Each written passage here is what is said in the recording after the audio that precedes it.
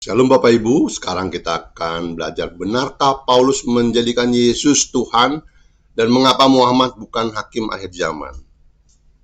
Ini adalah kritik atas Bang Juma. Adakah Yesus mengajarkan Tuhan karena aku, jadilah kalian Kristen? Makanya Yesus selalu mengatakan, waspadalah, waspadalah, waspadalah. Kepada siapa? Kepada orang Farisi. Paulus mengaku orang Farisi. Filipi 3 nomor 5. Aku orang Farisi.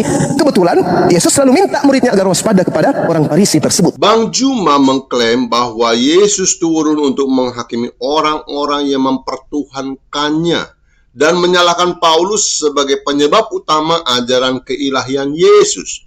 Untuk membantah klaim ini, kita akan melihat fakta sejarah, teologi Kristen, serta logika yang benar. Mari. Salah satu tuduhan yang sering muncul adalah bahwa Paulus mengubah ajaran Yesus dan membuatnya menjadi Tuhan. Namun tuduhan ini bertentangan dengan fakta-fakta berikut. Pertama, Yesus sendiri mengklaim keilahiannya. Yohanes 10 ayat 30 dikatakan, Aku dan Bapa adalah satu. Yohanes 8 ayat 58, sebelum Abraham jadi, aku telah ada. Matius 28 ayat 19, Yesus merintahkan baptisan dalam nama Bapa, Anak, dan Roh Kudus, yang menunjukkan kesetaraannya dengan Allah. Faktanya adalah, sebelum Paulus bertobat, murid-murid Yesus sudah percaya bahwa Yesus adalah Tuhan. Yang kedua, kesaksian jemaat mula-mula. Sebelum Paulus mulai memberitakan Injil, jemaat mula-mula sudah menyembah Yesus sebagai Tuhan. Kita melihat ini dalam Kisah Para Rasul 7 ayat 59 sampai 60, di mana Stefanus berdoa kepada Yesus sebelum ia mati, seperti doa yang hanya boleh dilakukan kepada Allah. Ketiga, Paulus menegaskan ajaran Yesus bukan menciptakannya. Dalam surat-suratnya, Paulus mengutip banyak ajaran Yesus dan tidak pernah menyimpang dari inti Injil. Contohnya, Filipi 2 ayat 6-11, Yesus meskipun dalam rupa Allah mengosongkan dirinya dan menjadi manusia, tapi akhirnya ditinggikan kembali sebagai Tuhan atas segala sesuatu. Kolose 1 ayat 15-17, Yesus adalah gambaran Allah yang tidak kelihatan dan segala sesuatu diciptakan oleh Dia dan untuk Dia. Jadi kesimpulannya Bang Juma, keilahian Yesus bukan ide Paulus, melainkan sudah dipercaya oleh murid-murid sejak awal. Bang Juma berasumsi bahwa Yesus datang kembali hanya untuk menghakimi orang Kristen yang mempertuhankannya. Namun Alkitab dan bahkan Islam sendiri tidak mendukung klaim Bang Juma ini. Pertama, Yesus sebagai hakim untuk semua bangsa. Matius 25 ayat 31-32 berkatakan Yesus akan datang kembali untuk menghakimi semua bangsa, bukan hanya orang Kristen. Wahyu 20 ayat 12-13, semua manusia tanpa kecuali akan diadili berdasarkan perbuatan mereka, termasuk juga Bang Juma. Kebenarannya adalah, jika Yesus datang hanya untuk menghakimi orang Kristen, mengapa Dia disebut hakim atas seluruh dunia? Yang kedua, Islam sendiri mengakui Isa kok sebagai hakim. Dalam hadis, Isa Al-Masih akan turun sebagai hakim yang adil. Baca hadis Muslim nomor 220. Demi Allah yang jiwaku berada di tangannya, sesungguhnya telah dekat masanya Isa putra Maryam akan turun di tengah-tengah kamu. Dia akan menjadi hakim yang adil. Lagi, dia akan menjadi hakim yang adil. Pertanyaannya, jika Yesus hanya datang untuk menghakimi orang Kristen, mengapa Islam sendiri mengajarkan bahwa Dia datang sebagai hakim untuk semua orang? Yang ketiga, Islam juga mengakui Injil, tetapi menolaknya tanpa bukti. Islam mengajarkan bahwa umat muslim harus percaya kepada Taurat, Zabur, Injil, dan Al-Quran. Baca Quran 5 ayat 46-47. Jika demikian, maka satu, mengapa menolak ajaran Injil? Jika Injil memang datang dari Allah, lalu mengapa ditolak begitu saja tanpa bukti konkret bahwa isinya telah diubah? Yang kedua, bagaimana umat muslim bisa percaya kepada kitab yang mereka klaim sudah diubah? Al-Quran sendiri tidak pernah menunjukkan secara spesifik di mana, kapan, dan bagaimana Injil berubah. Logika dong, jika umat Islam diperintahkan untuk beriman kepada Injil, tetapi mereka mengatakan Injil sudah rusak, maka mereka telah menolak ajaran yang seharusnya mereka imani. Nah, kita akan menjawab klaim Bang Juma, Nabi Muhammad tidak ada kewajiban datang. Bang Juma berargumen bahwa Muhammad tidak perlu datang kembali karena umatnya sudah menerimanya sebagai nabi dan rasul. Namun klaim ini tidak memiliki dasar dalam ajaran Islam sendiri. Pertama, Nabi Muhammad tidak bisa datang kembali karena masih di alam kubur. Dalam ajaran Islam, Muhammad meninggal dan dikuburkan di Madinah, tepatnya di dalam Masjid Nabawi. Sampai hari ini, makamnya masih ada dan menjadi tempat ziarah umat muslim. Hadis-hadis Islam sendiri menyatakan bahwa Muhammad tetap di kuburannya hingga hari kiamat. Baca hadis Muslim nomor 2278. Nabi Muhammad berkata, "Aku adalah pimpinan anak Adam pada hari kiamat dan aku yang pertama dibangkitkan dari kubur." Lihat ya, pada hari kiamat aku yang pertama dibangkitkan dari kubur. Faktanya adalah Muhammad sendiri mengakui bahwa ia masih di dalam kubur dan baru akan dibangkitkan di hari kiamat. Berbeda dengan Yesus atau Isa yang menurut Islam tidak pernah mati dan tidak ada di dalam kubur. Dia ada di atas, ya. Pada waktu disalibkan dia langsung diangkat ke sorga menurut Islam.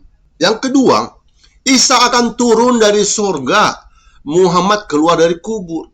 Menurut ajaran Islam sendiri ada dua peristiwa besar yang akan terjadi di akhir zaman. Yang pertama, Isa Al-Masih akan turun dari sorga, datang dari atas nih, dari atas. Baca hadis Muslim nomor 220. Sesungguhnya telah dekat masanya Isa putra Maryam akan turun, katanya turun di tengah-tengah kamu, dia akan menjadi hakim yang adil. Ini kata hadis nih.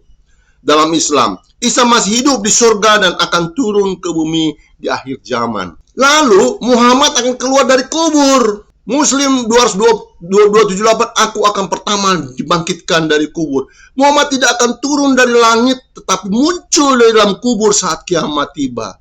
Ada perbedaan mendasar. Isa turun dari sorga, menunjukkan bahwa Isa masih hidup dan berada di tempat yang mulia. Muhammad keluar dari kubur, menunjukkan bahwa Muhammad sudah mati dan menunggu kebangkitan. Dia masih di alam kubur sampai hari ini. Dan di hari kiamat ada peristiwa yang jelas berbeda.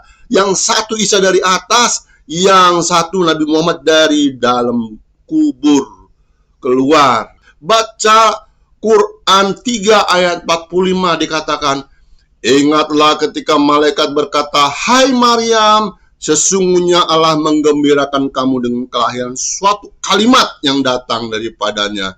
Namanya Al-Masih Isa putra Maryam, seorang yang terkemuka di dunia dan di akhirat, dan termasuk orang-orang yang didekatkan kepada Allah.'" Poin penting dalam ayat ini, Isa disebut terkemuka di dunia dan di akhirat. Gelar ini tidak pernah diberikan kepada Muhammad dalam Al-Quran. Terkemuka di dunia ini terbukti dengan pengaruh Yesus di dunia bahwa ia di luar komunitas Kristen.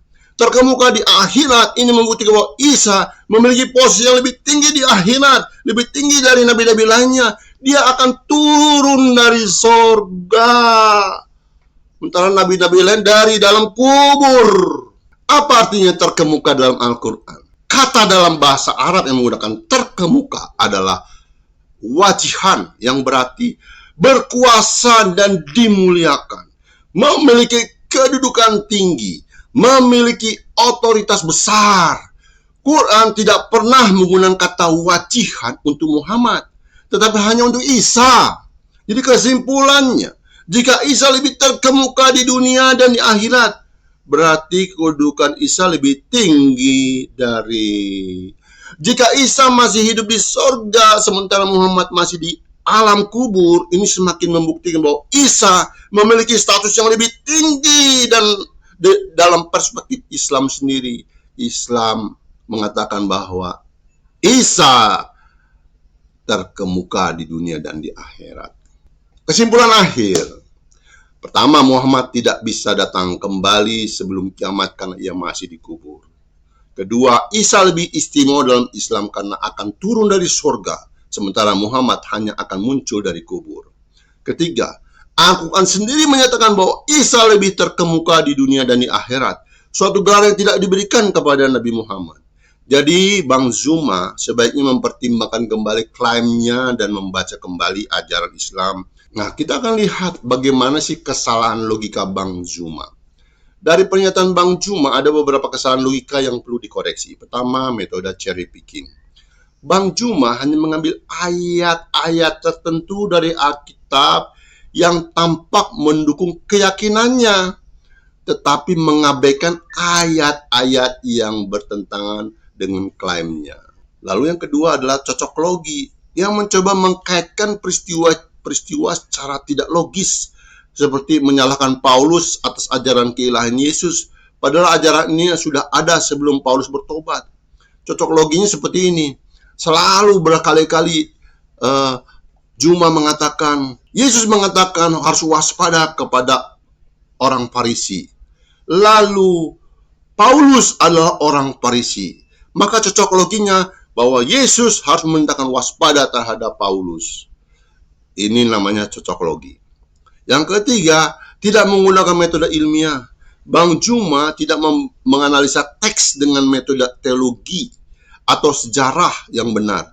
Ini hanya menggunakan asumsi tanpa dasar yang kuat. Nasihat untuk Bang Zuma, sebagai pencari kebenaran, Bang Zuma seharusnya mempelajari Alkitab secara menyeluruh, bukan hanya mencari ayat-ayat yang sesuai dengan keyakinannya, menggunakan metode ilmiah dalam memahami teks, dan tidak hanya memakai cocok logi dan cherry picking. Membandingkan ajaran Yesus dalam Injil dengan sumber-sumber lain secara jujur, bukan dengan asumsi yang sudah ditentukan sebelumnya. Jika Bang Zuma benar-benar ingin mencari kebenaran, maka ia harus mau membuka hati dan mempelajari siapa Yesus sebenarnya. Jika Anda hanya berusaha membenarkan pendapatnya sendiri tanpa mendalami teks dengan benar, maka Anda tidak sedang mencari kebenaran, tetapi hanya berusaha memenangkan perdebatan. Shalom. Adakah Yesus mengajarkan Tuhan karena aku, jadilah kalian Kristen? Makanya Yesus selalu mengatakan, waspadalah, waspadalah, waspadalah. Kepada siapa? Kepada orang Farisi. Paulus mengaku orang Farisi. Filipi 3 nomor 5. Aku orang Farisi. Kebetulan Yesus selalu minta muridnya agar waspada kepada orang Farisi tersebut.